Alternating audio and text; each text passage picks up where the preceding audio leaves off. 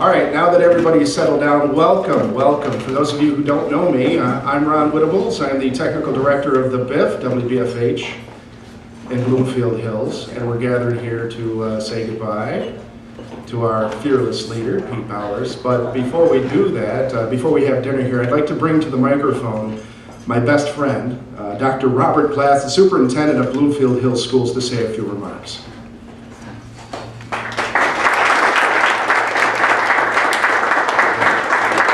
I just want to say how honored I am and welcome all of you today. Pete's family, friends, colleagues, and it's just an honor to be among you all today and to honor Pete. In just the 7 or so years that I've been here in the district, the Biff family, Pete and Ron, have brought me in and given me opportunities to get a first-hand look at the program. And it really connects with me because I went to Groves High School, which didn't have a radio station, but had a radio speech program, and that was along with the television production class, one of the things that impacted my life greatly, such that actually my first degree was in telecommunications. So I know as a person firsthand, as a student, and also as an educator, what a difference programs like these make and have made on me, and it's because of Pete and the team you create and the culture you create that lives are impacted and changed and altered forever. So that's just one of the reasons why I'm honored to be here to honor Pete, to welcome all of you on this special day to honor Pete. And I'm going to not stand any longer between you and lunch. So thank you very much. All right, can everybody hear me okay in the back there? Kenny, how am I doing? Kenny, can you hear me? Is it okay, everybody? All right. Ladies and gentlemen, we are going to begin the presentation portion of our luncheon. And I want to introduce our board president, Ingrid Day.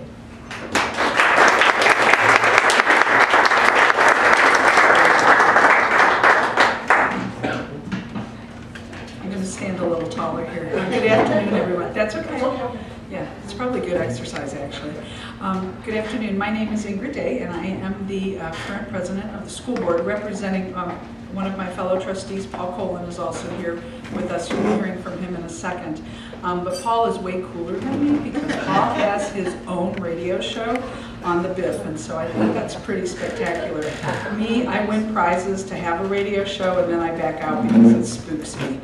So, anyways, a couple different things.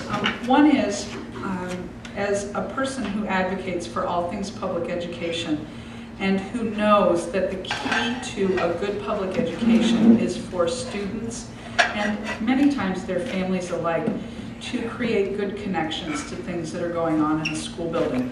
And sometimes it's with a math teacher, and sometimes it's because you're good in phys ed or what have you.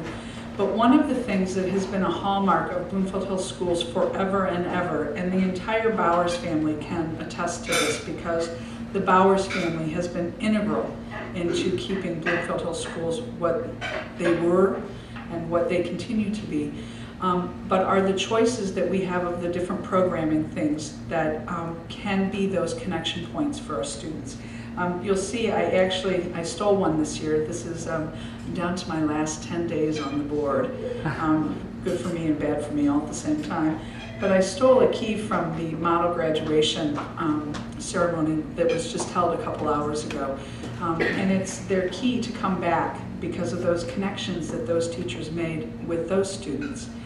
And the size of this key doesn't do justice to the connections that Pete Bowers has made for so many years, and it's a testament that because it's Pete and what he means as a person and those individual connections that he makes, that folks would come from Florida, would come 500 miles, drive 500 miles from Virginia. I've learned, and I'm sure we won't do the whole wedding ritual, to see who came the furthest or anything, but if there is no other testament to the connections that Pete makes and the difference.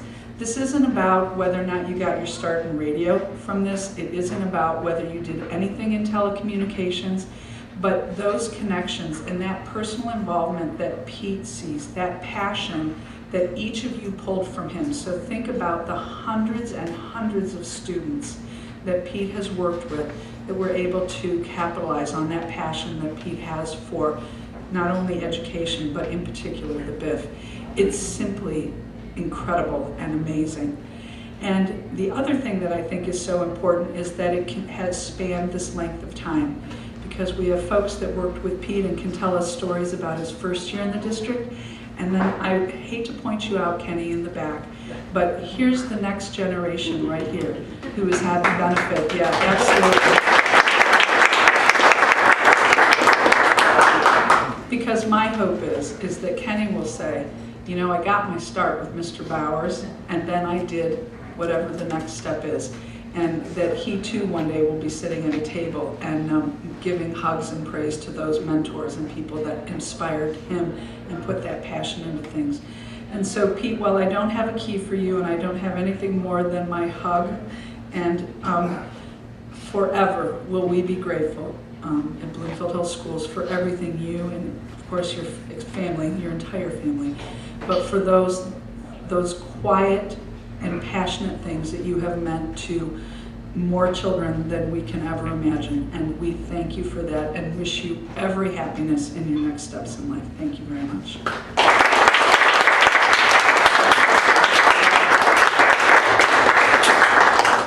Next, I'd like to bring Paul Coleman, treasurer of our school board, to say a few words.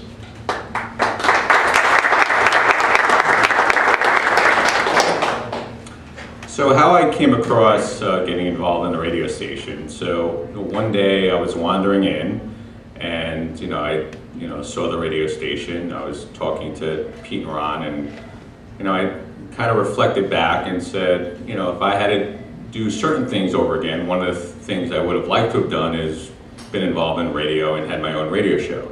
So Pete, again, a fulfiller of dreams, said, well, why don't you just do one? I'm like, well, I'm sure it's not that simple. He's like, no, it can be. And lo and behold, I have a show. And and I've seen, not just through the show, but being involved in a radio station in terms of how many lives Pete has impacted, both, obviously, generations, going back to the 70s and 80s to, our current, Biff people. And, just as an example, so for the, all the older alumni, as an example, not to put some people in the audience on the spot, I'm sure trying to call up 97-1 the ticket and try to get through to Scott the Gator Anderson is impossible. But if you send an email saying we're having a retirement or something for Pete Bowers, he'll get back to you immediately and say he'll be there. So I'm like, that's, I guess that's the way to kind of, connect. And then, also, I know, friendly with, Matt Friedman, but when I said we were having a retirement ceremony for, for Pete, Matt, put together a whole website, and started saying, I'm going to be doing this, trying to get alumni. So the passion and obviously people who drove all over is there from the alumni. Now that current students, Ingrid touched on, I mean, we just came from a, model graduation where, students over there call that a safe haven. When I go, no matter what time of day, wherever I am, when I go inside the radio station, there is a flood of students there. It's like their second, third, fourth, or maybe, not to offend some parents, their first home. They're just there for hours. You would think, don't you guys have classes? But, I wasn't, about to go there. But they look at that. I've had a chance to interact with them, talking to them, over the last couple of years. I mean, you have impacted their lives. They've said, their lives have totally changed because of Pete and the radio station. Now to talk a little bit about, myself and, my involvement in the radio station. So me and Pete were talking about this earlier. So not only this is my own radio show, Pete came up with the idea, and this is, and I wasn't into as much social media. Pete's like, what you should have with your radio station? You should have a Twitter account. Twitter account. And I'm like, I guess. So he's like, come up with a name. So I came up with a name, I called it PK Sports.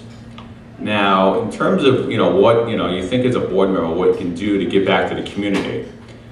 What I've done the last 2 years, if I've really focused on getting involved, and Charlie and my, and the administration know, getting involved in going to events, but also promoting it. And not just through the radio station, through, whether I have segments or on the radio station, but through this PK Sports. And the more events that I've gone to, I've focused on, tweeting out and promoting it. A lot of the students and a lot of the parents have commented how much it's impacted them, that, they see their, whether it's a video or a tweet, that the board, the administration really appreciates them. And again, this is, Pete just offering an idea, saying, maybe you should have a Twitter account. And this has really impacted my involvement with the students and the students, across the district. So on behalf, and Ingrid said, and I'm sure, Rob, on behalf of myself, the school board, and the whole community for all you've done, past, present, and future generations, I'm sure you're still going to impact. Thank you very much.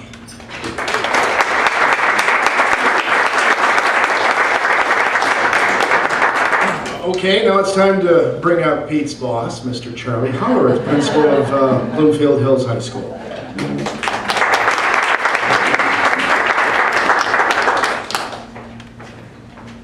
I was not looking forward to this day because I've worked with Pete for the last 12 years and we've had some really, really good times together. But I wanted to acknowledge Pete in a little bit different way, because as I reflected on all the years working with Pete, there's really three Petes that I want to, excuse the pun, take a look at. And the first Pete is Pete the promoter. In my first life in the district, I was principal at Lasser High School.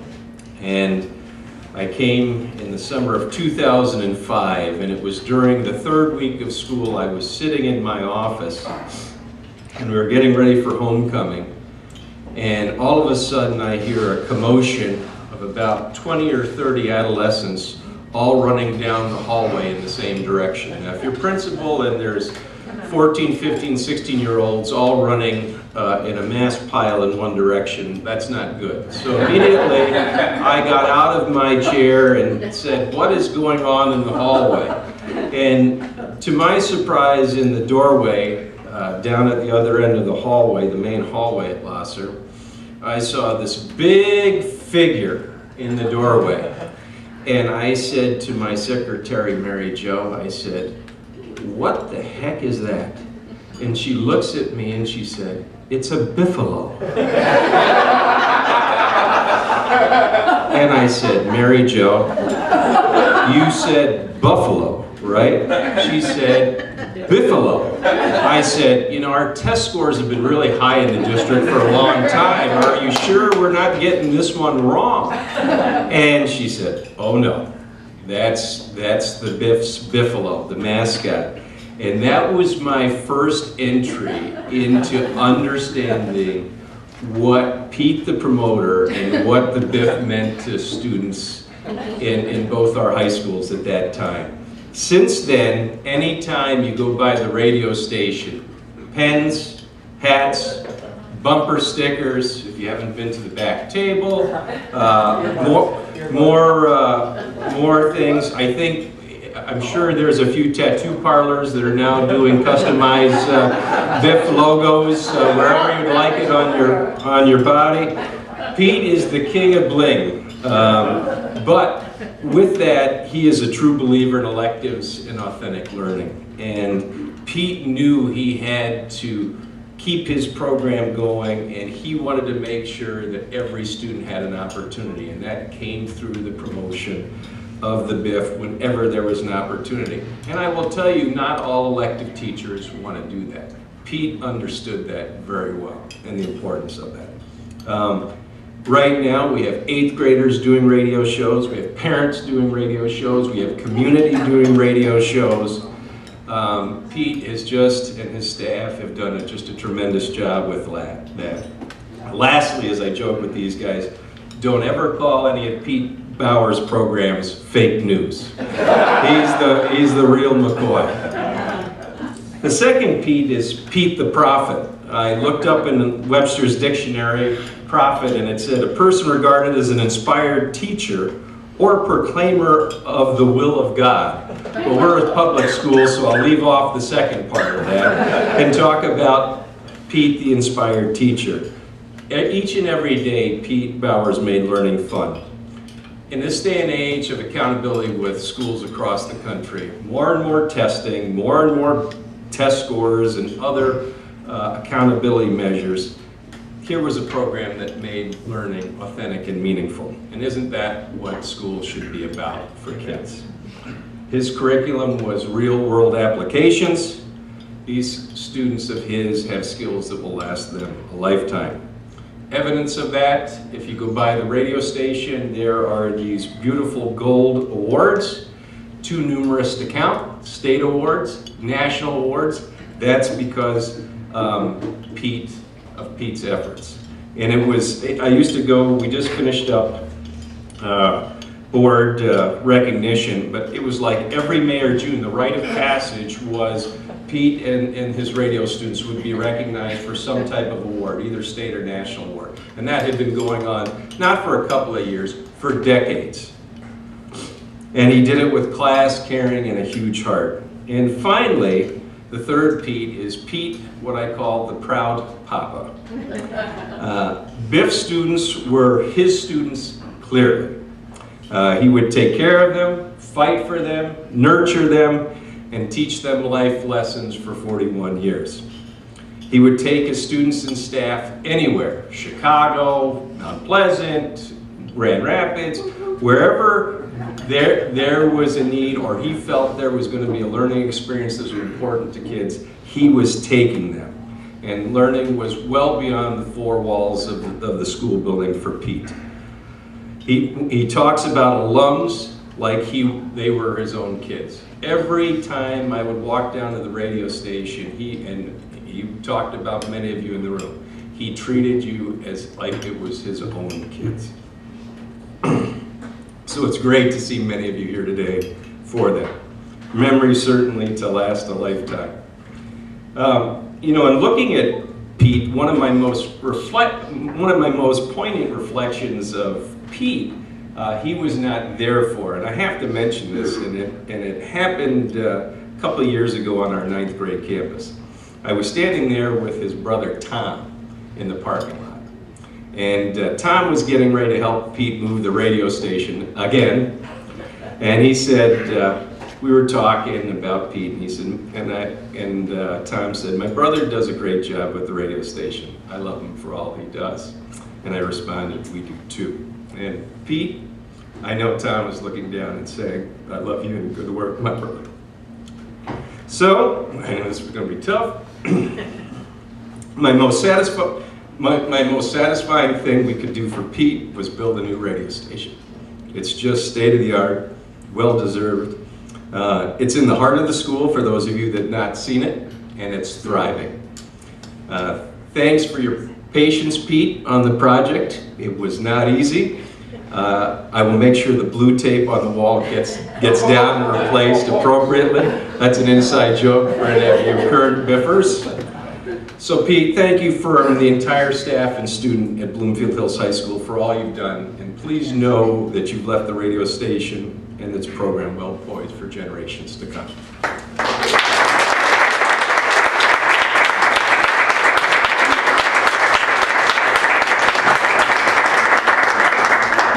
Well, if Charlie got choked up, it's going to be okay for Uncle Ron to get choked up.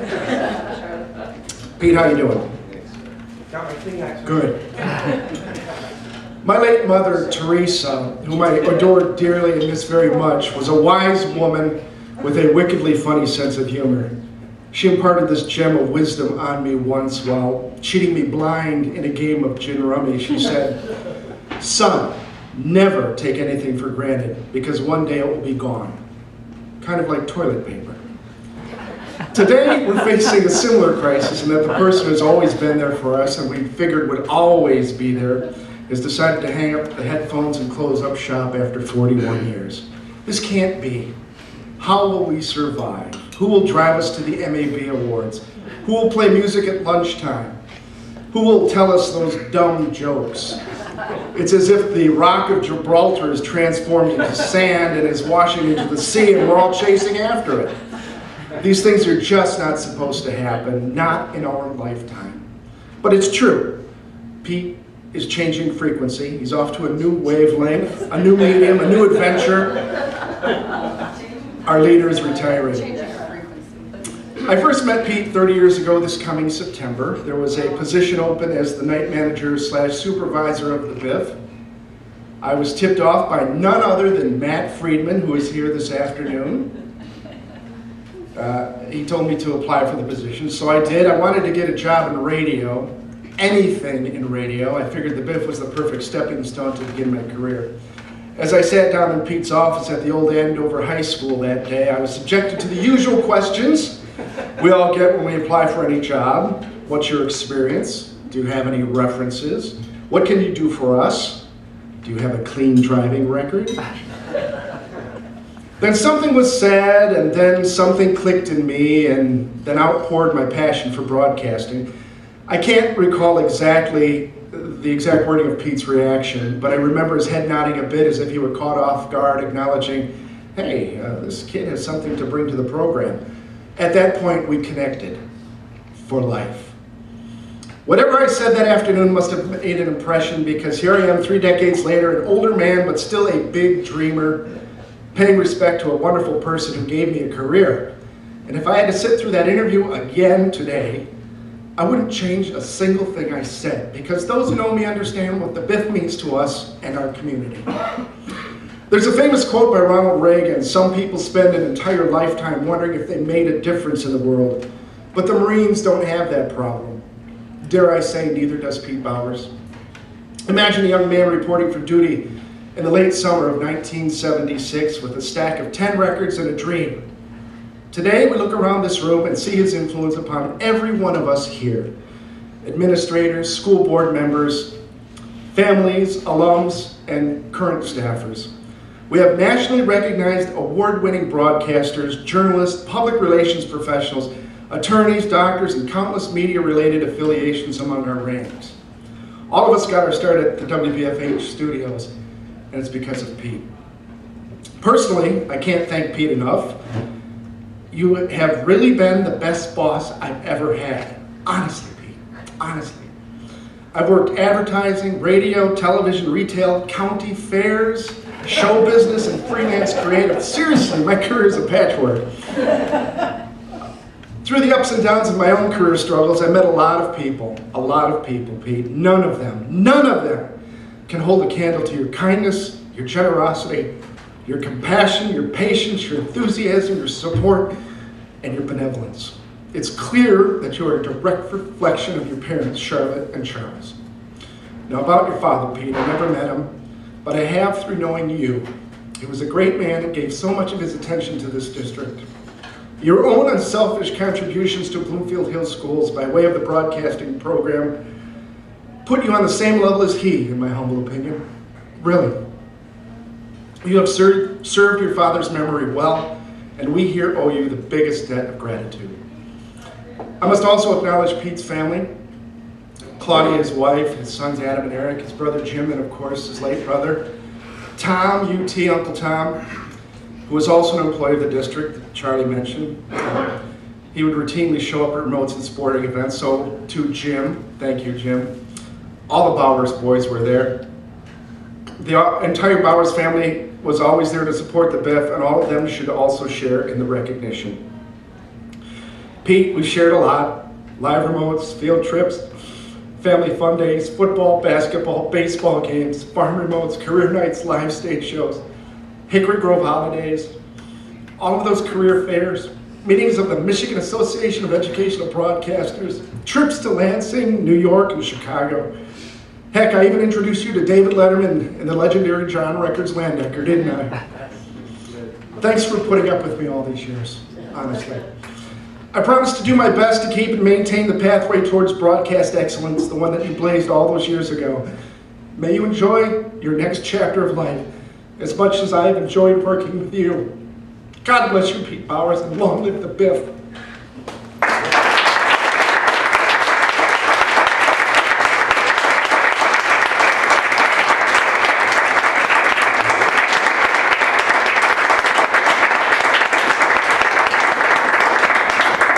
How'd I do, Charlie? You did. This is tough. This is very tough. All right, for this portion, I'm going to put some of our alums on the spot here because I wish we had the next 7 weeks to just lay praise on this man because he deserves it. He really does. Stuart Best, class of 1980, could you please step forward and say a few things?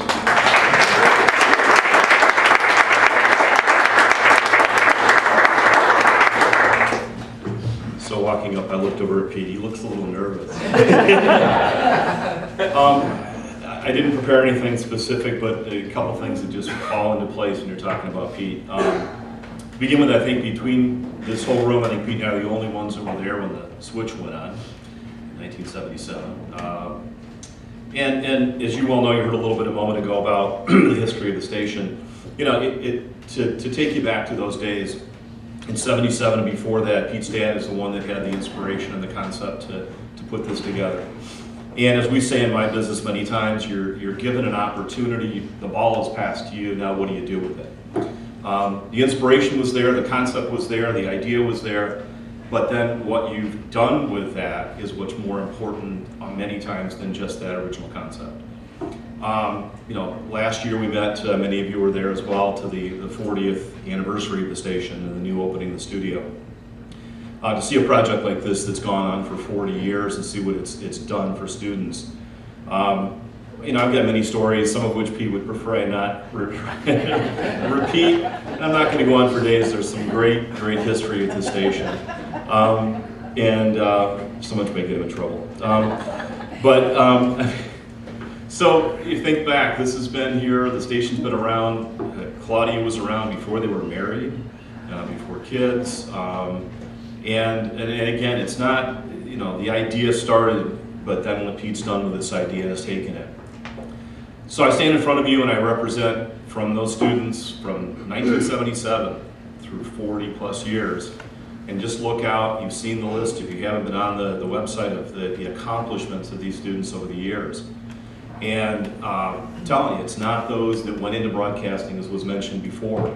It's the things we've learned. And how to react and be in life, how to deal with things, how to deal and be a professional. And that's what this program gives you. For those that didn't proceed on to broadcasting and or journalism, it still gives you an opportunity and an expertise that you'll get nowhere else. So, and that's 100% attributed to Pete. He's put together a program that just is unstoppable. So again, thank you for all those years and from all the students that are not here today, but from 1977 forward, thank you, Pete.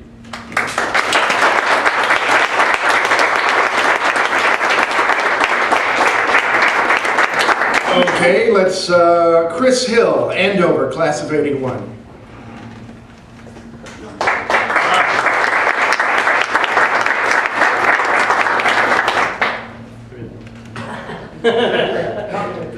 Got you choked up. Ironically. Aside from Stu, I think we're the only people representing the early 80s here. 1979, 81 is when I had the privilege of being on the staff. My first job was at McDonald's. I was the quarter pounder guy, which meant I handled the buns and I handled the hamburgers. I was a one-man show. Yeah, I didn't need anybody's help. That was my first paying job, but for all of us, for 41 years, our first job was WBFH. And working for Pete kind of taught me, hey, you know, why not enjoy your working job? You know, you grow up thinking I'm gonna have to work for a living, you know, work for the man and stuff. And no, why not enjoy what you do? Really instilled that in me. I ended up going to advertising. I'm a writer, creative. So I was writing and you know, producing, editing commercials, non-commercial, but public service announcements and promos and things like that. And I ended up doing that in my career, and it is very enjoyable. And he had that effect on so many people. The Purton pipeline, right here, you know, for example. But really, I also had the privilege, we had the privilege of being on the radio station staff at the same time WKRP in Cincinnati was a prominent TV show. And one of my fond memories are, our weekly status meetings. A part of that meeting was recapping the previous week's WKRP and then hurrying up with the rest of the status so we could get out in time to watch the next WKRP. But it was exactly that. It was being proud of what you're doing, doing the best job you can do, but having fun with it, enjoying what you do for a living. And for 41 years, if anyone has enjoyed what they've done for a living, it's this man here. It's fun to run into him. You'll see him at a ball game here and there. You'll see him out in the town. You're still going to see him after he's hung up the phones. And it'll be a pleasure to see him. It'll be fun to go see the new radio station with Bubbles. One day, hopefully, bear his name. I can't wait to see it. I've heard so much about it. I can't wait to see what the card machines look like. We were talking about you had to hit it like Fred Sanford in the TV. Yeah, we were talking about that. But no, it was just so many fun memories, and it's great to have someone like Kenny at our table where you're just seeing the torch being carried on, and he's diving into stories of his own and everything. And I'm like, I can't remember what the Biff app was like. I can't share that with you. And Gator and Michelle and Scott and everybody else. It's really fun to be here, and this is a celebration. So I'm honored to say happy trails, and we'll miss you.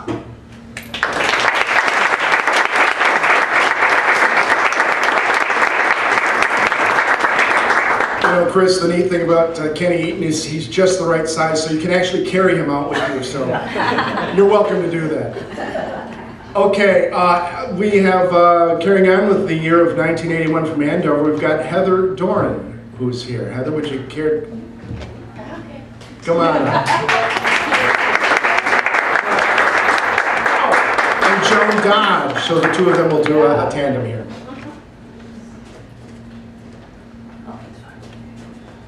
We're two that didn't go into professional broadcasting, so public speaking's not really our thing. That's why we're up here together.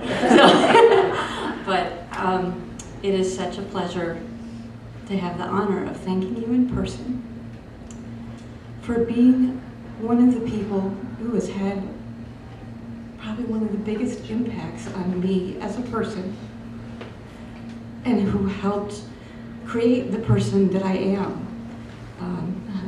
Good or bad or indifferent. But one of the things that Pete Bowers has been able to give us and every student is confidence. I know Heather and I were both very shy when we were in high school, and Ingrid, you mentioned how you backed out of doing a show because it was kind of scary, and it was super scary for us too as shy 16 and 17-year-olds. But Pete Bowers wasn't somebody who just said, you can do this, I believe in you. He really, it was sincere. He really showed you that he did believe in you and that you could do it. And that support and encouragement is something that I've carried with me my whole life. Thank you.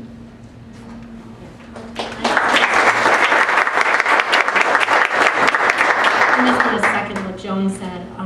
We were incredibly shy. I think we were kind of, I don't know if it's calling you nerdy, but I was nerdy.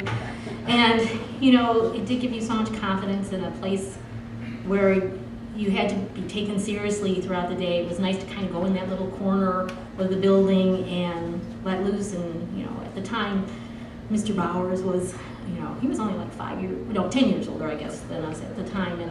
And it just made you feel like you belonged somewhere, and as Joan said, gave us a great deal of confidence.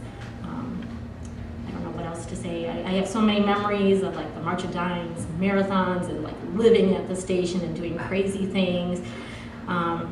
It'll be a lifetime of memories for us, I know for sure, and we hope that you have lifetime of memories yourself, and that from here on out, you just have the best in life because you really deserve it. So thank you very much.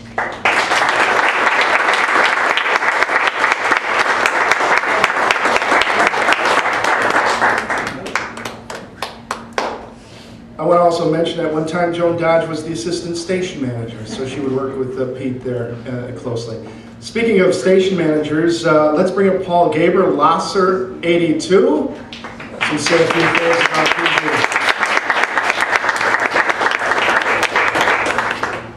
Legend. I was actually introduced to WBFH by my father when I was still at East Hills. He was really into political activities, and at that time, in the late 70s, one of the big things was the unification of the church and Reverend Sun Young Moon. And my dad had written some commentary in the then Pontiac Press, now Oakland Press, about it, and was invited on a radio talk show, and it might have been by Stu, I'm not sure, but you were there at the time, and I sat in the car when my dad went in and did this radio show, and I was like, this is cool. Then I get to Lasser and discover radio. And my first real indoctrination was during the March of Dimes Marathon during my sophomore year. I was a 4B at the time, and I was picked on mercilessly for the sake of money. Someone kidnapped my bike and put it on the top of Andover High School.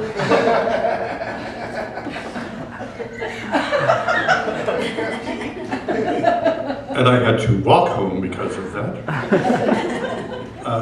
And that's how things got started. I remember numerous times driving to Mount Pleasant in the light blue VW microbus where we had to try and push the seats to make it go faster or go at all at times.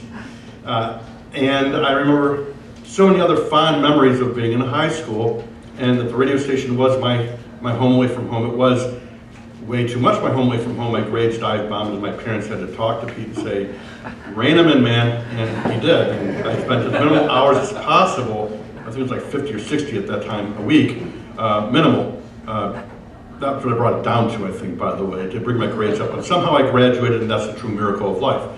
Anyway, I've had the honor of working at BFH in 3 different capacities: A, as a student, B, from Central Michigan as 1 semester of an English independent studies program, and then 4 years as the assistant manager following when Ron went off to PR land. And in fact, Pete called me that afternoon. I was so excited because he and Ron had met David Letterman and was telling you the whole story about that whole, and by the way, also there's a job opening, are you interested? Oh, okay, sure. I can say without reservation that the 3 most influential people in my life as far as where I've been professionally have been my mother, my father, and Pete Bowers. And I'm not sure that's even the right order at times, but it certainly is. Pete helped influence me becoming a broadcasting major at Central Michigan. Pete helped me become a journalist as a result of that. When he brought me in, when I was doing my journalism thing as the assistant manager, that got me to go into education and go to Wayne State University. That got me into teaching. Where right now, I've used many of the examples that were taught in WBFH as the model for my nationally recognized debate program in West Palm Beach, Florida. I've brought in many ideas that he had and used and still uses to this day. Some have worked, some, well, it's debate, it's not always the same, but it works well enough. And has continued to make sure that my students are receiving the same amazing opportunities that we've been provided through the radio station, and in terms of creative writing, in terms of thinking, critical thinking, organization skills, public speaking skills. The future is very, very bright. When I look at the people I know in here, the alumni, and I think I know every single alumni in here over the years, the impact that he has had on our lives and the lives of those around us is immeasurable and incalculable. And I'm so blessed to have been a part of this program. I'm blessed to be a Biffer, part of the 10-watt Big Shots, Rocket the Hills of Oakland County, commercial-free 88.1 WBFH Bloomfield Hills.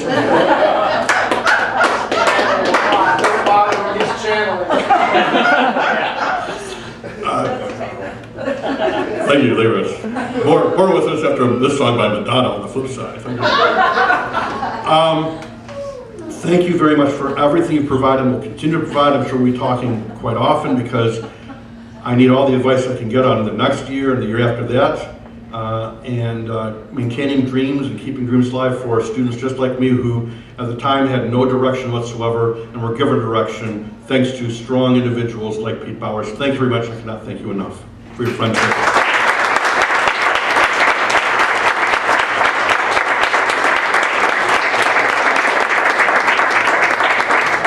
Thank you very much, Paul. Okay, Lasser, class of '83, represent Ed Boris, please.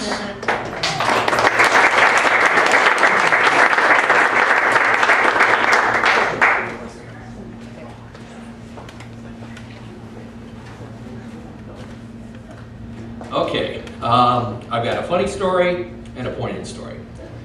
The funny story goes like this, and it's a lot like what Paul was talking about. Back around 1983, my senior year in high school, we had to stop doing the marathon to raise money for the March of Dimes because the FCC had changed the rules. So, I was really bummed out about that because I'd always enjoyed fundraising for that and I thought it was a great cause. So I came up with this crazy idea to put on a benefit concert for the March of Dimes that we held at Lasser Auditorium. Now, the headlining act was not hard to find. We had a guy who was in a band called the Crisco Band. Bill Crispin was the English teacher, and Kevin McCourt was their keyboardist, and he actually had a couple of singles being played on WNIC at the time. So they were pretty heavy hitters. The problem was coming up with an opening act that didn't stink. And this was a real challenge, and I talked to some guys that weren't interested and other guys that had bands, and well, they weren't really all that good. And I went to Pete's office and I said, I'm really having trouble with this. I said, I can't find anybody that's going to open. I mean, we're not going to raise any money if we just got the Crisco Band doing an hour set. And he sits down, he says, well, you know, I've heard you play and I've heard you sing. Why don't you put together a band? I'm like, no. And I thought about it. I'm like, okay, I know a few guys. And so that is how the tunes were born. Our original lead singer, Larry Barron, was famous for doing parody songs, a la Weird Al Yankovic. And eventually, because he was so overloaded, he bowed out. And so the band ended up being me as singer and guitarist, Sunil Sinha, who is now out in Portland, Oregon, Brian Barry on bass, who has dropped off the face of the world, as has Mike Torkelson, our keyboardist. Ken Hunt still lives in the area, and later on Dave Galens was a part of it. Well, we wanted to try to put together the band again for one last farewell tour. Unfortunately, we just couldn't make it work. Our schedules are too busy and everything. But that kind of opened the floodgates with me as far as playing guitar and music goes. I have been in and out of bands, played a number of concerts over the years, had a great time with it. And I owe it all.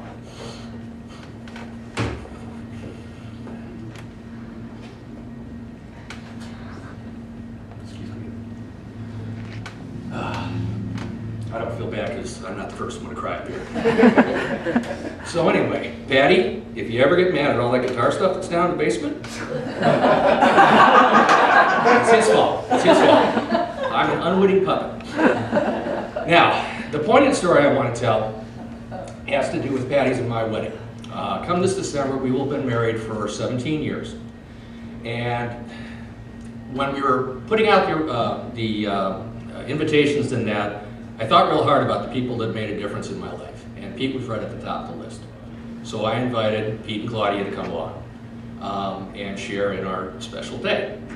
Well, got the RSVP and knew they were coming, was real excited about it. And so the wedding day came, and well, those of you that have been married, you know you're like, on that day, but Pete comes up to me after. And I saw him before, but it was like kind of hectic because the service was just getting started. And so we went through the wedding, and we're coming out, and Pete grabs me aside really quick, shakes my hand, and says, look, I'm sorry, I gotta go. We've got a commitment later on this afternoon that we have to go to. Now, let me put this in perspective for you. What he did was drive 1 hour and 45 minutes up to Bay City, Michigan. He sat through an hour-and-a-half long Catholic wedding mass, got back in the car, drove an hour and 45 minutes back.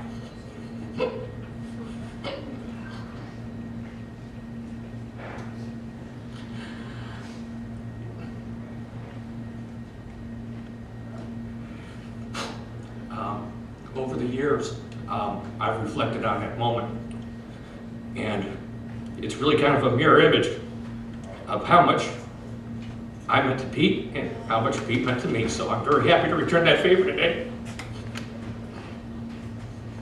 Sorry, I'm not keeping it together.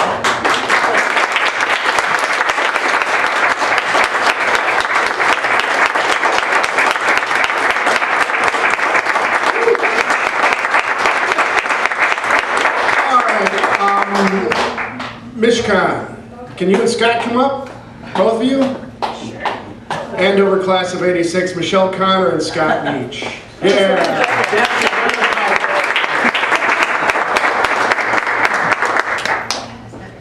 Yes, you've got Of course. 88. I didn't bring it to not wear it. Well, thank you, Pete, for all that you've meant to me. Obviously, everybody here has very personal stories. I'm sure Mishkan can share some too. Mishkan and I were 5-semester staffers together, so we have a very special bond together. But thank you for encouraging me to go for my dreams. You helped me reach the greatest heights I could have imagined I might have reached there, and I loved every second I spent at that radio station. And it was because of you. I won't get into too much more of that because there's a lot of that here. There's so much of that here. What I will say are a couple of things. In addition to all the formal accomplishments that WBFH has achieved through the years and yourself, some of you are probably also aware that WBFH is also unofficially the leading breeding ground for talent funneled to Syracuse. There are 3 of us in the room here who went on to Syracuse and pursued broadcasting careers there at another accomplished broadcasting school. And by my count, and Heather and Matt can probably support this, but there's something like 15 or 20 BFHers that have gone on to Syracuse and great things who got their start here. And I was proud to be a part of that, and I'm sure it continues on, and that's a sort of an unofficial accommodation, but congratulations on that. For those of you, I don't know how it is today, but back in the 80s, the curriculum involved completing minimum objectives, MINOBs. And those included things as basic as producing a newscast or talking up a song. There were 40 different things that over the course of a semester you had to accomplish to get your grade, produce a PSA, record a newscast. I don't even remember them all. That eventually led to the creation and the evolution of super promos and all sorts of things that sort of measured your accomplishment at the station. Well, who would have known that the 41st MINOB would be one that only one of us would achieve, and that would be serving as the most accomplished broadcasting professional at a high school radio station in the country, serving as a mentor and a father figure and a teacher and a passionate supporter of hundreds and hundreds of students who came through your doors through the years. Congratulations on being the only one to do the 41st MINOB.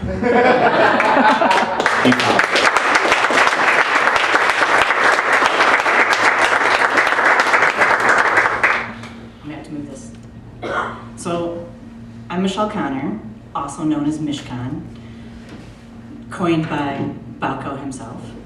And that became my nickname all through high school and beyond. People still call me Mishkan. So thanks to you. I don't, there's not words to describe. I'm gonna get choked up too. How much Mr. Bowers meant to all of us. We all know this. But not only was he a teacher and a mentor, but he was like a counselor. You could go in his office and you could tell him anything, any troubles you were having, and he would be there for you. So, it really helped me in my high school years. I didn't expect to get such a joke, but honestly, because when you have like things going on at home that are crazy with your family or whatever, it's nice to have an adult influence that also treated you, he would treat you like an adult too. And anyway, that meant a lot to me. If I could come to your office and talk about anything. And even the fun things, like, should I ask to the Sadie Hawkins dance? You know? But it's helped me in life. I ended up I went to Central, I followed, I was a broadcasting major at Central Michigan, and many others there. I was one of the only freshmen to get a spot on the radio station there, 91 Rock FM. But because they said that we don't let any freshmen have a show. You can't have on-air time as a freshman. But Rob Simpson vouched for me. I think he was 81 graduate. Him and Rick Blackwell, yeah. So it was 2 to 6 a.m. on Saturday night.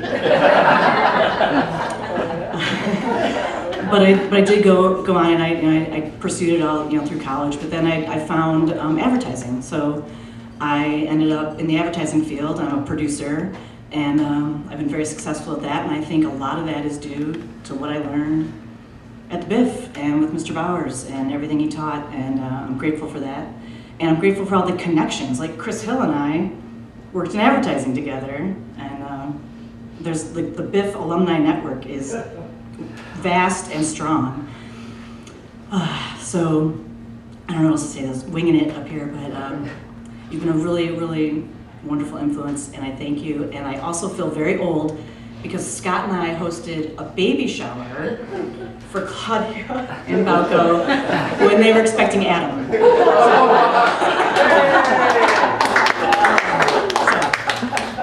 Now it's 32. Let's leave this thing now.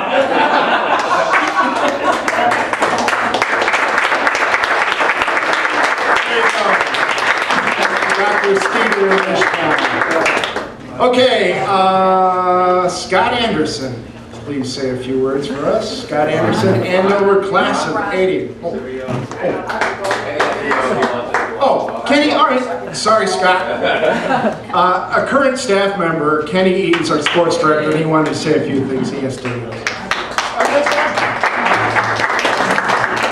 Hello, everybody. I'm Kenny. So there's a few things I want to say to this great person I've met in my life. So he would come in every day, happiest attitude. You would think this is his last year, and he would come in mopey and whatever. Like, he still comes in with the greatest attitude, and everyone respects him to like he's our father. Like, he would come in every day.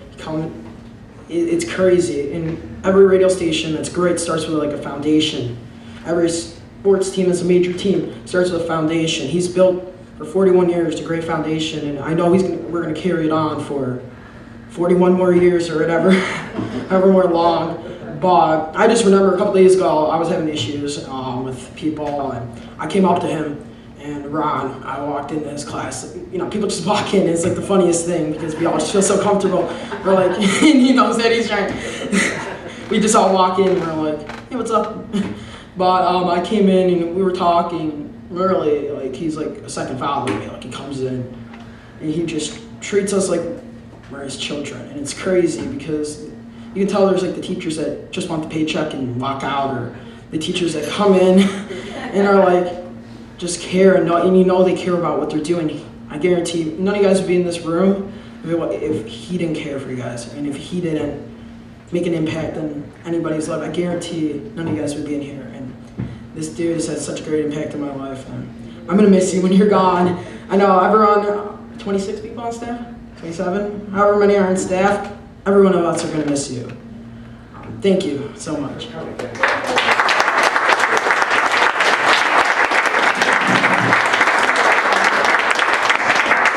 Expect to hear some good things from Kenny in the future. And someone who I kind of figured the first time I met him he would be destined for great things is Scott Anderson. Scott Anderson.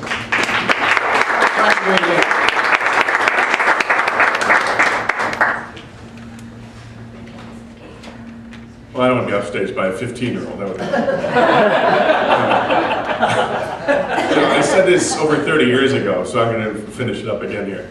it would kind of suck if I got staged by a 15-year-old. Now Pete's laughing at that because years ago, I think it was 1987, 88, somewhere in there, we had an MAEB meeting, I guess, of all the conference of all the high school stations in the area, and we were at the WPHS in Warren, also known as the Pisser. PHS, I just thought that it made sense.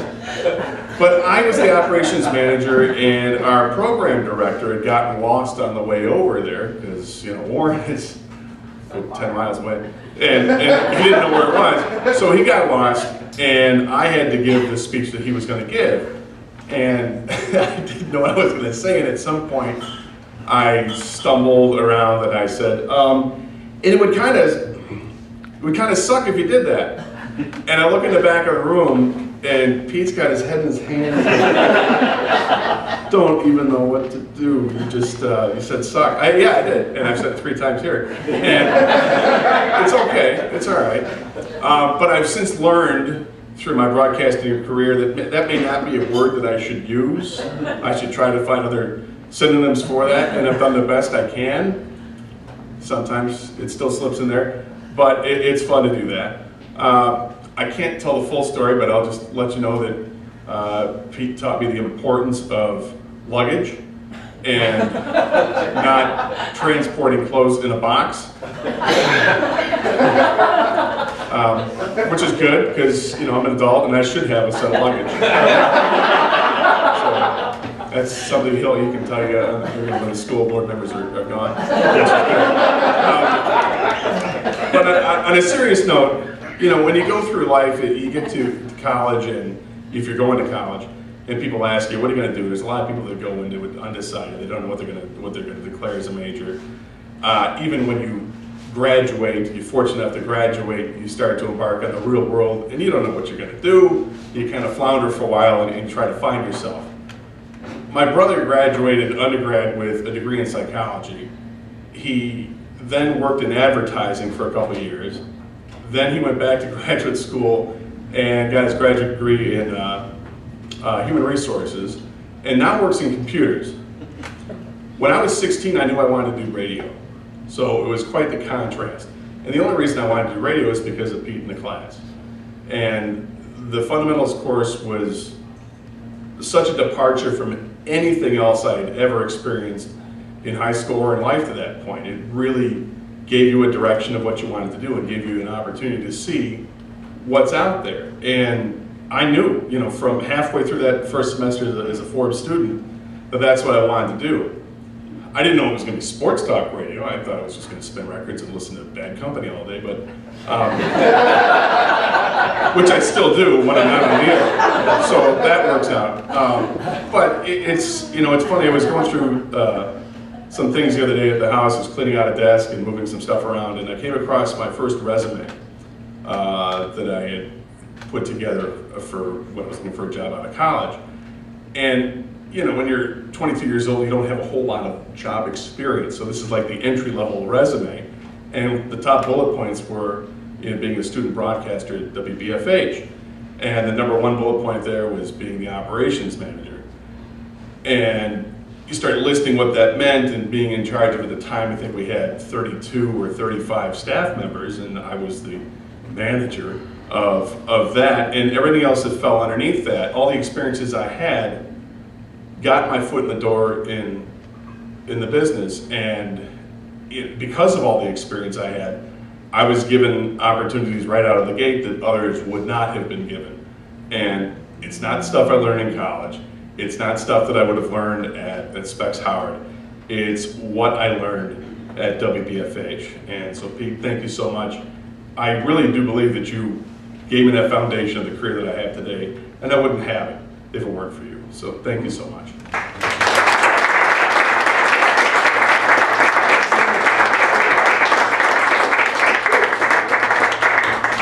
Oh. Wendy Shanker, Andover, class of '89. Yes. You win. What would you like to say a few things? Could you come up for it? Yeah. I didn't want to put you on the spot. Come on up. I'll be on the spot. Okay. Oh, goodness.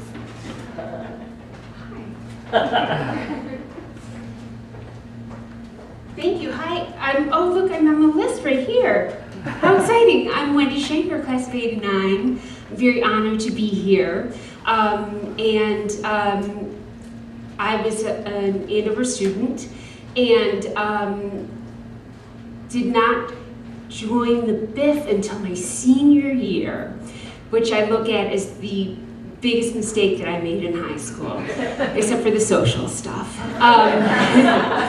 which I'll get to at a different speech at a different time. But it was so meaningful, and you made such an impression on me that I did choose to have a career in television, broadcasting, writing, which I'm still doing to this day, and to have felt your support not only when I was a student but beyond just means so much to me. And I now am a parent. I have a 6-year-old daughter, and we were living in Miami Beach, and I knew she was about to start kindergarten, and I thought a gift that I could give my daughter was to have the same kind of educational experience that I had as a student in Bloomfield Hills schools. So we moved back, and if you stay another 9 years, she could be your student. So we all meet again in 9 years after we have her.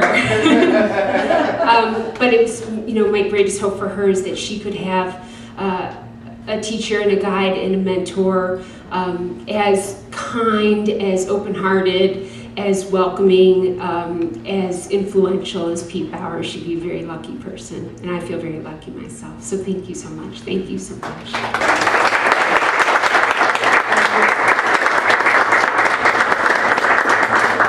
Okay, Matt Friedman, Andover, class of '90.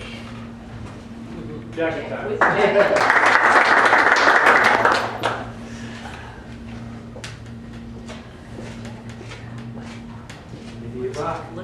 88 Rock? Yeah. A little worn. And part of it is I got this jacket in 8th grade, so I wore it for 5 years. I first met Pete Bowers on a Saturday morning in 1983. I was 11 years old. I was in the 6th grade, and my parents wanted me to do something other than listen to the radio and watch TV all the time. So they gave me a brochure that came from the Recreation and Community Education, and they said, you're going to do a Super Saturday, pick one. And one said, be a DJ. And that's what I wanted to be. I was the kid who dressed as Johnny Fever for Halloween. I used to talk into tape recorders. My dad was practicing law at one time, and I'd go into his office and use his dictating machine and pretend I was on the radio. So be a DJ. I'll get up early on a Saturday morning for that. And that's when I met Pete Bowers. And he said yes to me being on the radio, I think the next Saturday, and said yes to everything I ever wanted to do for the next 7 years. I wasn't satisfied with be a DJ. I wanted to do a show just like the high schoolers did. So he created Middle School Spotlight so I could do a radio show.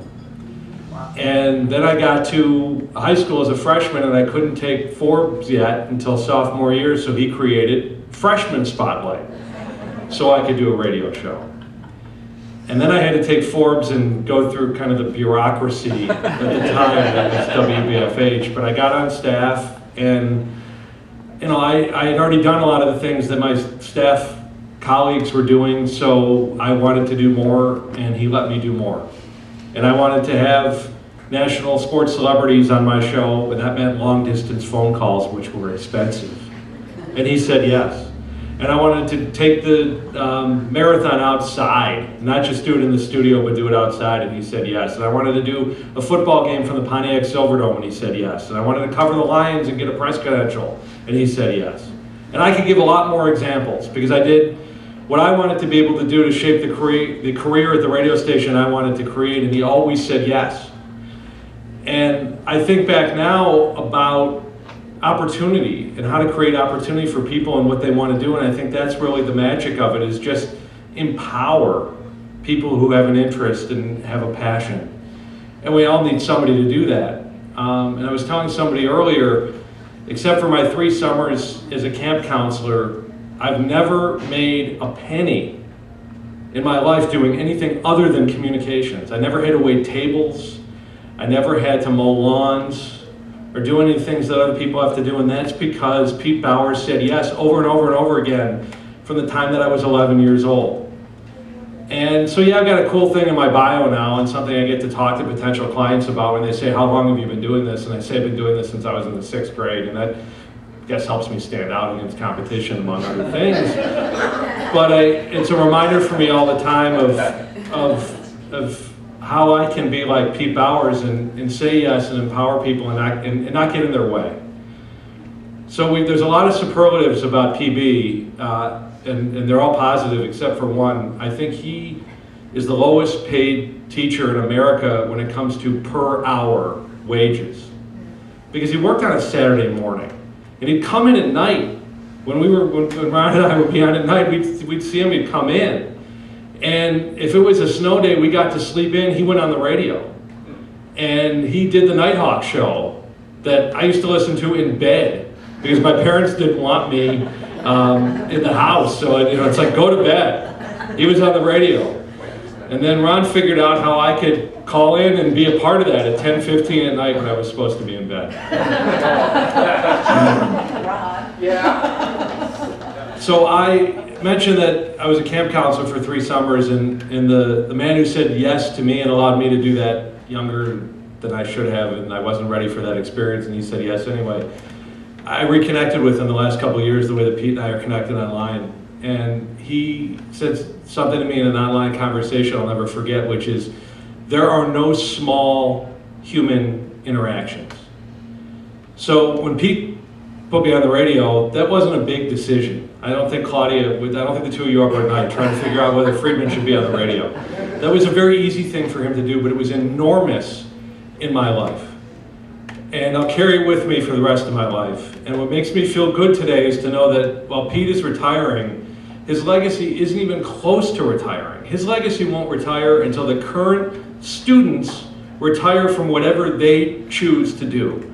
So I'm trying to think, my kids are 15, I've got 2 high schoolers, and I wish somebody had their back at school the way I had somebody had my back every day at school for 4 years. But they're probably not gonna be able to retire for like 60 years. So I think the real Pete Bowers retirement is probably 60 years away. It's not today, and I think we should all feel good about that. So publicly in front of everybody, I've thanked him online, I've thanked him in person, I do things all the time where I'm in meetings and stuff comes out of me and I'm like, how did I do that? And the way I did that was by being on live radio when I was a kid and learning how to communicate to an audience. And that's because Pete Bowers always said yes. Thank you.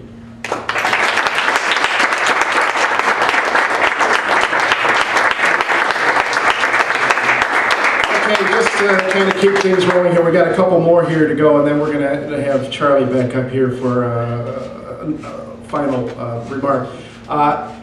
Heather Catala, come on up.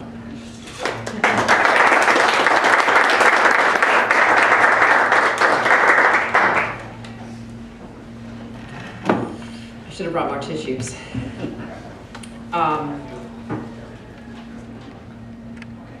Just to kind of piggyback on what Matt said,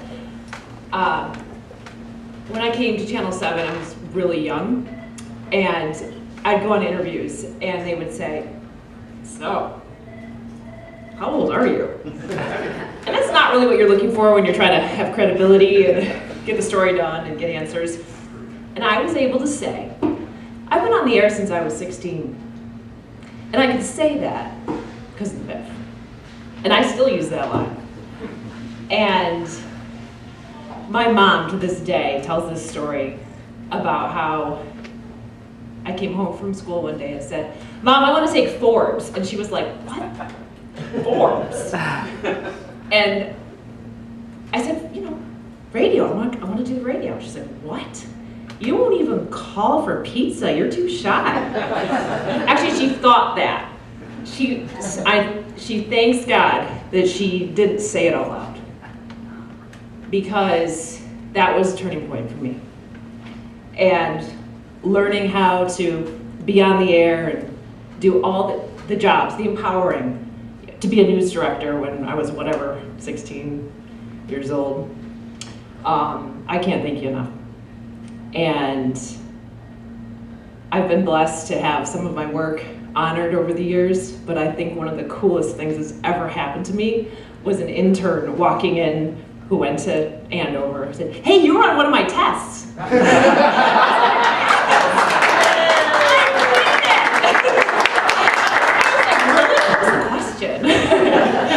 That was the coolest thing. So I could go on and I could stand up here and bawl, but I won't.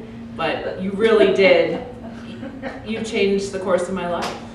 And I'm in a really crazy, fun business, and it's given me a lot. And I think I've been able to give back a lot, and people tell me that. And that's why I do what I do. I don't do it to be on television. I do what I do to help people. So that to me is your legacy. So thank you for helping me.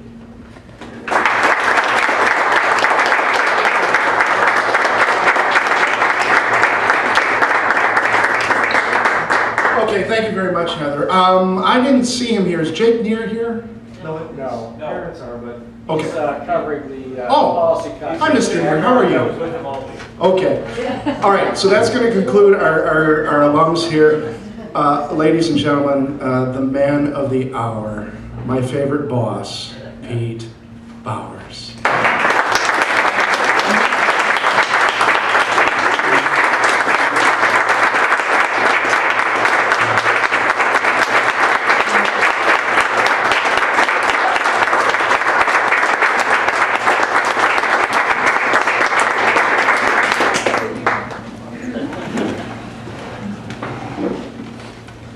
Let's all together say greetings. Greetings. Matthew 28:9. First words Jesus said after he rose from the dead. So I used greetings. Figured if Jesus used it, good enough for me. Thank you for coming here today. It's really the best thing you could do for me. And I time my speech, it's 12 minutes and 34 seconds. So I have a story to tell. I get a message from the principal secretary that Charlie wants to meet with me in his office. As you know, anytime the principal wants to meet with you in his office, most likely you're in trouble. So I go in his office, he closes the door. I think I'm in real trouble. We sit down, he says, we want to do something to honor your 41 years of service to the district. And he reminded me that they don't do this for every retiree, but he wanted to do it for me. So you're going to have to mute your phones because this is the best retirement speech I've ever given. So here we are. I'm humbled, I'm appreciative, I'm grateful. Thank you, Charlie and the school board. This event gives me a chance to thank some people. One huge supporter who is not here today is my brother Tom, who died October 4th. He helped out at so many remote broadcasts at the Bowers Farm, Sports Remote, and especially at the Dream Cruise. He was the crazy one that would go out with the mic and talk to the people in the cars, even as they were driving away. And he'd bring a 69 Buick GS and get on the air interviewing. Like I said, we miss my brother Tom. I was the officiant at Tom's funeral last October, and that was a first for me. So I want to do something here that we did there. So, because I'm an emotional guy, there's a good chance I might get choked up during my remarks. So what I want you to do is, if I get choked up, I want you to make a funny face at me. So let's all practice. Let's see your funny faces right now. Oh, that's a good one right there. My relationship with the school district started in the fall of 1958 when I entered kindergarten at Hickory Grove Elementary School. A lot of people don't know this. This is a Hickory Grove beanie, okay, from 1958. In fact, one of my students said, "Was it a Jewish school?"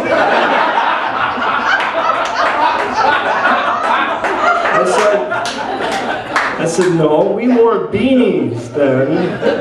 "What's a beanie?" Anyway, my career started there. I was a safety patrol captain, and my job was to go on the PA and announce the buses in the order that they arrived. So if it was bus C, I'd say bus C as in cat. And bus C kids would come and load. So one day for fun, I said, now bus B as in dog.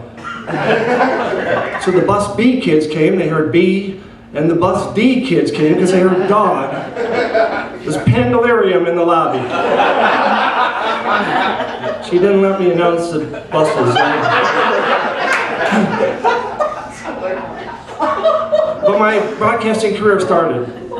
So I went on to East Hills, 2 years, West Hills, and then Andover, class of 71. Andover didn't have a radio station yet, but I got more announcer experience there. We had homeroom every morning, and we start the day with PA announcements.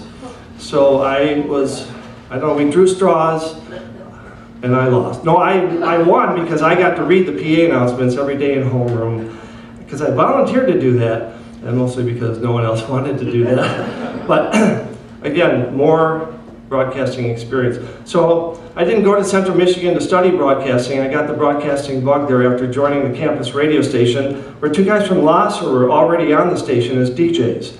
And it was while working at WCHP that I told my dad, who was on the school board, that some of the DJs at WCHP started on high school radio stations. And in places like Waterford, Southfield, Royal Oak.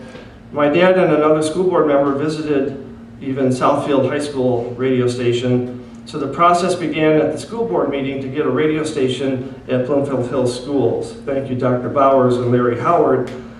As the FCC license was approved and the equipment was ordered, I was graduating from Central with a broadcast degree and 2.5 years experience working at WCHP, 650 AM.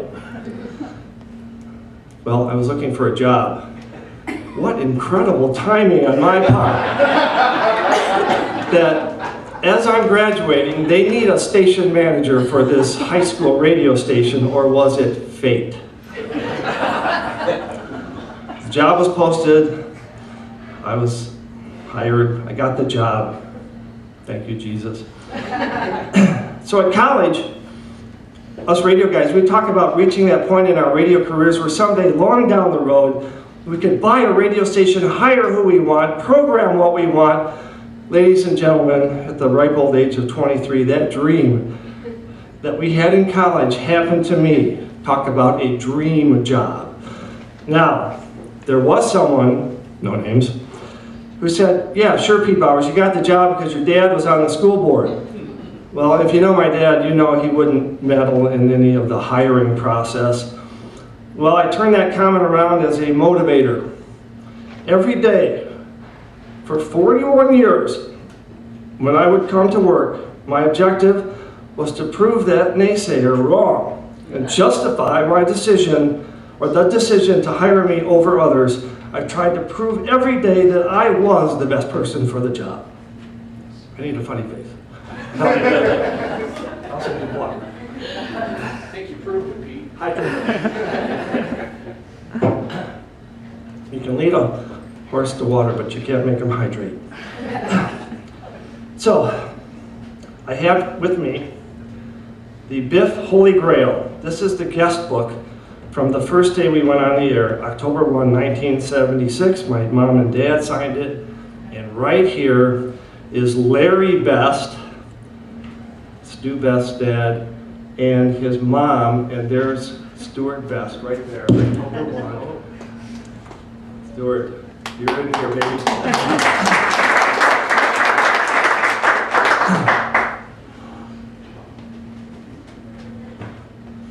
My sports heroes were Tiger Al Kaline and Pistol Pete Maravich. But one baseball player I never saw play, but I always admired, was New York Yankee Lou Gehrig. He appeared in a record 2,130 consecutive games and earned the nickname Iron Horse. In his famous retirement speech, he spoke about how lucky he was despite dying of a disease to later bear his name. With due respect, I borrow his theme. I feel lucky to have been born in the United States. I feel lucky that I was born in Michigan. I feel lucky I was born in Detroit. I feel lucky that I grew up in Bloomfield Hills and had some great teachers. I feel lucky that I got the broadcasting bug at CMU. I feel lucky that I got the job as a manager of WBFH. I feel lucky to have supportive parents like my mom and dad. I'm wearing my dad's ring, by the way, this sapphire. I feel lucky that I was able to work with so many talented students spanning 41 years, especially some of the ones here. I feel lucky to have worked with talented assistant managers, like the ones here too. I feel lucky to have hired Ron Whittable so many years ago. When I interviewed Ron for the job, I knew this guy was different. Because it wasn't if you hire me, it was when you hire me. That is confidence, people. It wasn't like, if you hire me, when you hire me, this is the dream I have for your station. You got the job. Ron is the best thing that's happened to the Biff since Eric's brown couch. I donated it. We love the couch. Yeah. I feel lucky to have worked with talented teachers, supportive administration, and supportive school board members. I feel lucky to have had such fans of the Biff as my brother Jim, my Aunt Marilyn, and my cousin Nancy, who are here. Well, I have gifts for you. My dad started me using Parker pens, and I use them to this day. So Jim, I want to give you this. You got one already. Here's another one. This is something for Nancy and Aunt Marilyn. Oh, gosh. Oh, gosh. There's a story there, but we don't have time. I feel lucky to have been married to my wife Claudia for 39 years. I feel lucky to have let me face this, help. To have two of the best sons any dad could ever have or wish for. And I feel lucky to have Jerry of Jerry Salon to cut my hair for 38 years. Finally, I feel lucky to have survived 41 years with teenagers.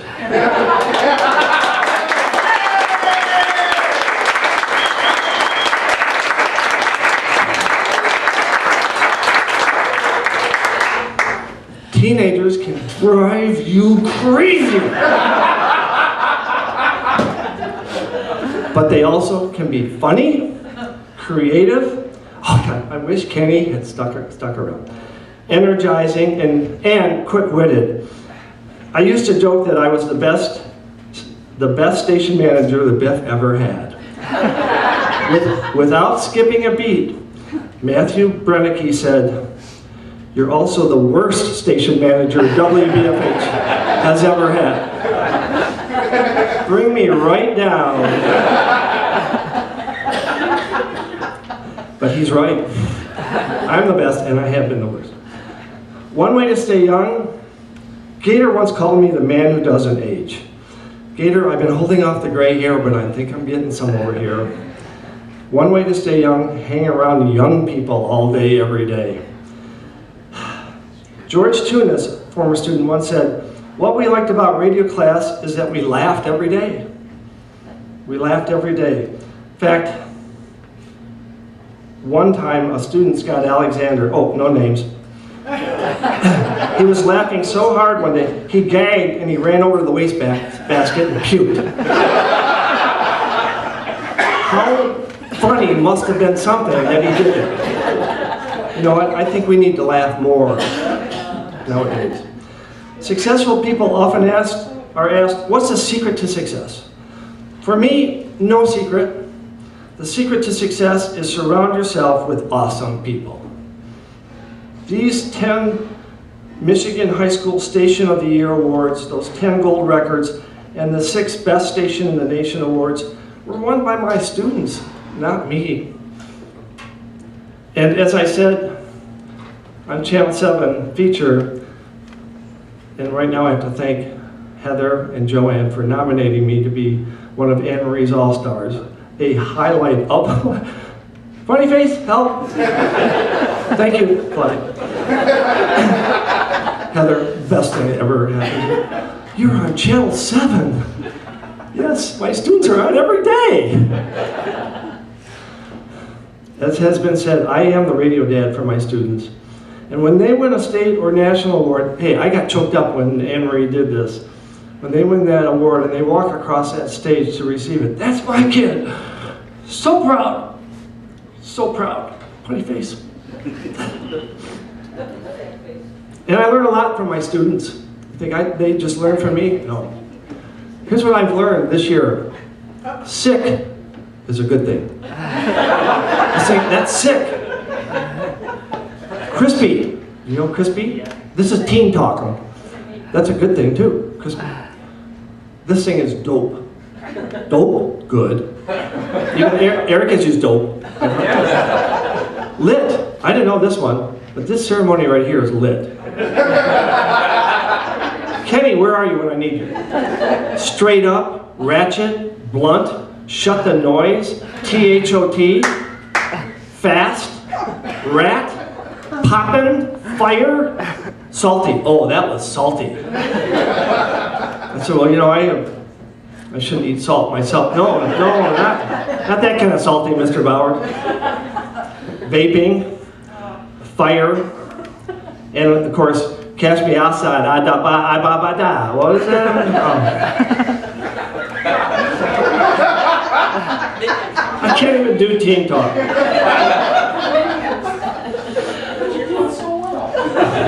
All right, let's cast me all together now. Cast me outside, how about that?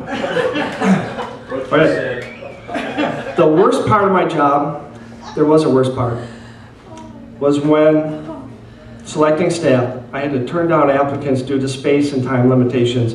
When 40 people applied and there's only room for 30, it hurt to tell 10 people that they couldn't be on the station that semester. The best part was when you told someone you'd made staff. The look in their face, the reaction, happy, happy, joy, joy. Ron asked me on his radio show if there was one particular memory that sticks in my mind of the 41 years. I said, I can't do it. I can't do it. There are too many memories that qualify for the best. Memorable things happen every day at the Biff. And I can't lie, it's going to be hard to say goodbye to that, but it's time. It's time for my baby who is now 41 years old. Time for WBFH to get a younger manager who isn't so exhausted that he falls asleep every night during Wheel of Fortune and he wakes up for the final Jeopardy question. She knows. Wake up. I know that my students probably won't remember things that I covered in the class, things like, oh, who invented radio? Anyone? Who invented radio? Marconi did. That's right. Or I would ask some questions like, when was the Communications Act of 1934 passed? 1935. The Communications Act of 34, when was it passed? They may not remember that, but I hope they'll remember me, Mr. Bowers, PB, Balco, Peebs, P. Bizzle, Mr. B, Chief, Pepper Brooks, Nighthawk, Scott Marsh, Dr. Jock. I hope they remember that this radio teacher manager, whatever we called him, was a positive influence in my life. Funny face? Help. Students may not remember facts and figures, but they might remember when Mr. Bowers tried to simulate a satellite circling the Earth by climbing on top of a teacher desk, putting a hole puncher on his head in his best effort to look like a satellite. That happened. And how the students in the classroom across from the courtyard watched in amazement as they saw this teacher standing on a desk with a stapler or pencil, no, what was it? It was a hole puncher on his head. What a weirdo, and you know what? They were right. He is a weirdo. Make a note, I'm retiring from what I call Career 1 or C1. I still have gas in my tank, so I look forward to Career 2 or C2. I just don't know what that is, but I have been practicing. Ready? Welcome to Walgreens.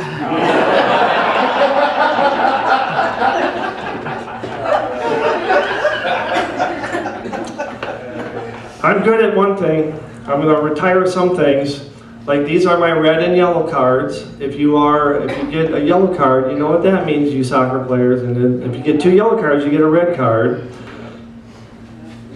penalty flag, 5-yard penalty.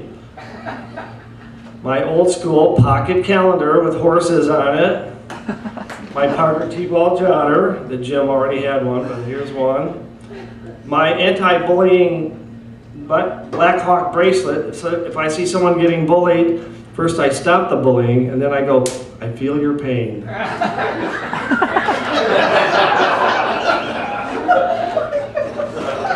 You want Ron's attention?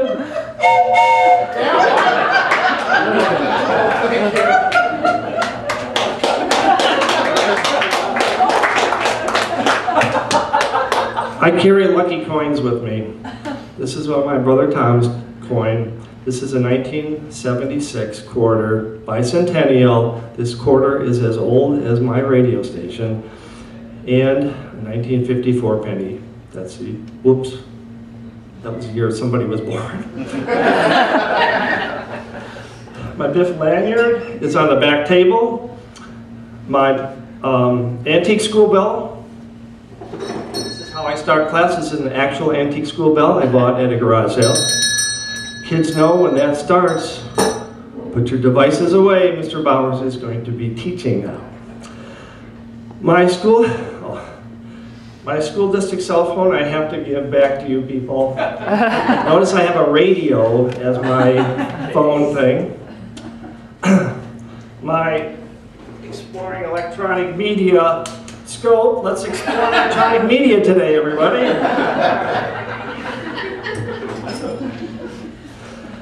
And this is a bug. This is a broadcasting bug. Some people get it, get it, get it, get it. Some people get the broadcasting bug, and then they become a seed.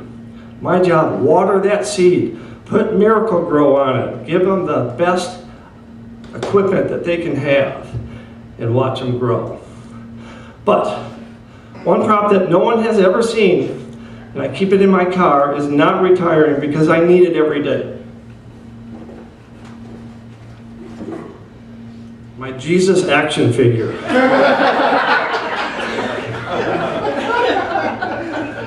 Are you laughing? Doesn't everybody have a Jesus action in your car? I'm the only one?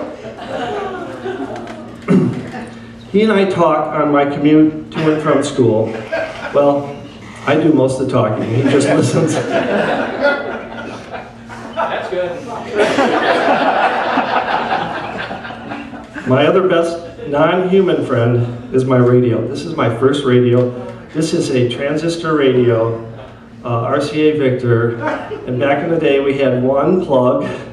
And I listened to the '68 Tigers because they played a day game, and I was in school. I had to listen to the radio. I had to hide it from my teachers because I was listening to the Tigers. Jesus, you okay? You know, I asked my staffers on the renewal applications, what are you most proud of? For me, I'm most proud of what I call my best 62 minutes. My best 62 minutes. 62 minutes of my life that I am most proud of. The first 60 minutes was the time I spent marrying Claudia. Are we all adults? The next 1 minute was the minute I spent creating my first son, Adam.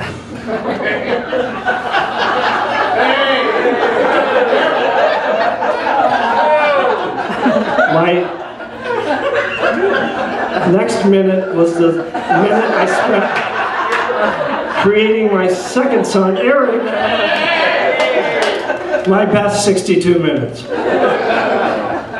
Let's do radio, folks. I have an autographed red and yellow card for caller number 1 to my cell phone. Caller number 1, call now and win. It's a legal use of phone. Caller number 1 gets to win this autographed red and yellow card. What's your number? It's supposed to be in your contacts. Oh, let's see. Oh, I got a PK Sports tweet. Not a surprise. Going once? Well, see, Kenny's not here. He would have. Paul Gaba, you win!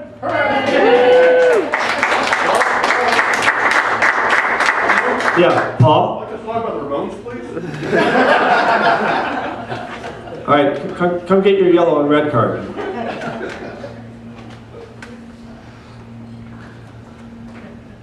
We got a winner. Woohoo!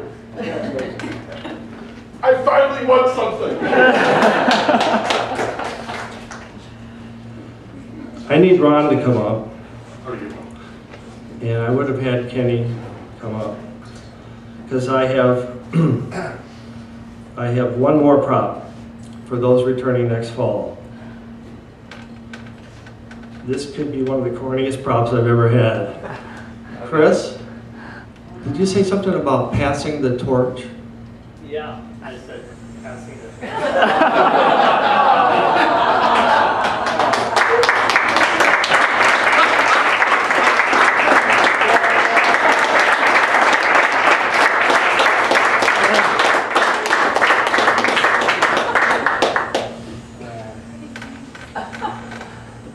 I go to Google toy torch. There's people sell torches. I love the internet sometimes. So I've officially passed the torch. I have this to say, adios amigos, use sunscreen, drive safely, Pete Bowers out.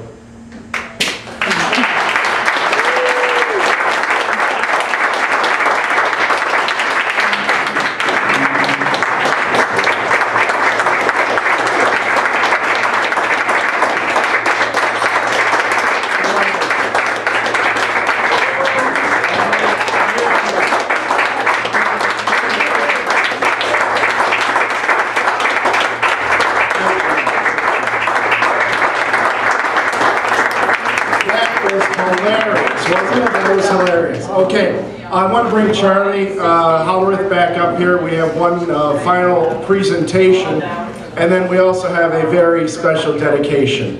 Okay, so Charlie Howarth.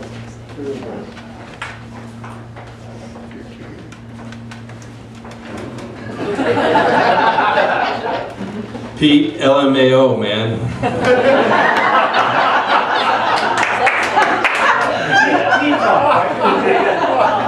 Charlie, did you know all those team talk?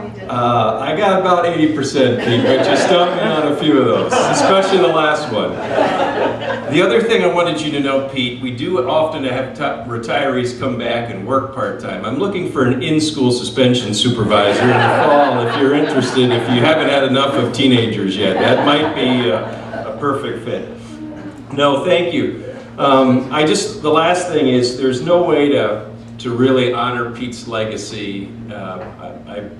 Just hearing everything today is just, we can't thank him enough. And so as we looked at what way can we make sure that Pete will continue to be remembered, especially in the new building, that new radio station, like I said, if there was anything we could do to really enshrine Pete's legacy was that radio station, because it was off. I couldn't even find it when I was at Lasser, because it was off on the side of the building. You come into our main commons, it's right there.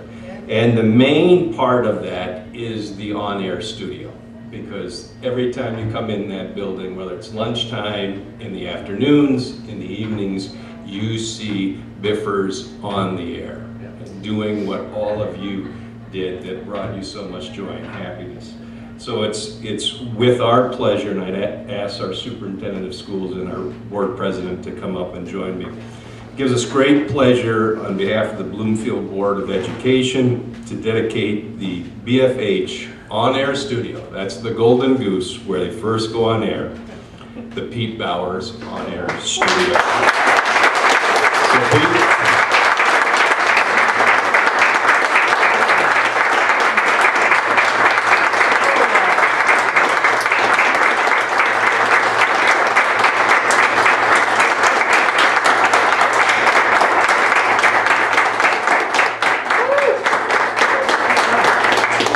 under the Biff logo, as you see that on-air studio, will be the Pete Bowers on-air studio. So we're working on that, and that will be another excuse for us all to get together in the fall, because the kids want to dedicate it and have you and Claudia and all of you back to do that. So, and I know Ron's got one more. One final thing. First of all, ladies and gentlemen, thank you so much for traveling here today to paying respect and honor to a great, great man. And again, I would like to thank the entire Bowers family for your support through the years, and thanks for letting us hang out with Pete. This has just been wonderful. One final thing before I make a final dedication. I've got to head back to the studio, so if anybody wants to meet me there, if you've never seen the studios, I'll be more than happy to give you a tour. And if you can, help me bring back the equipment. It's only one of me. Pete, you try to find that perfect song that kind of sums everything up, from me to you, and from them to you, and from them to you. So here's your dedication.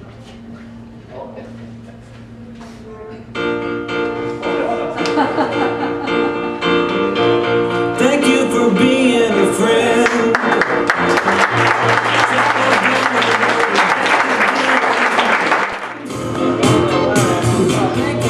Some of the alumni might know that's how we ended our marathon, right? We ended with "Thank you for being a friend." There couldn't have been a better song than that. That's why you're Ron Whitable. You're so smart. That's a perfect way to end this. Thank you so much for coming. It means a million to me. Much appreciated. And we're going to have some awesome ceremony there. Yeah. All right. Thank you for coming. Drive safely, which means I love you.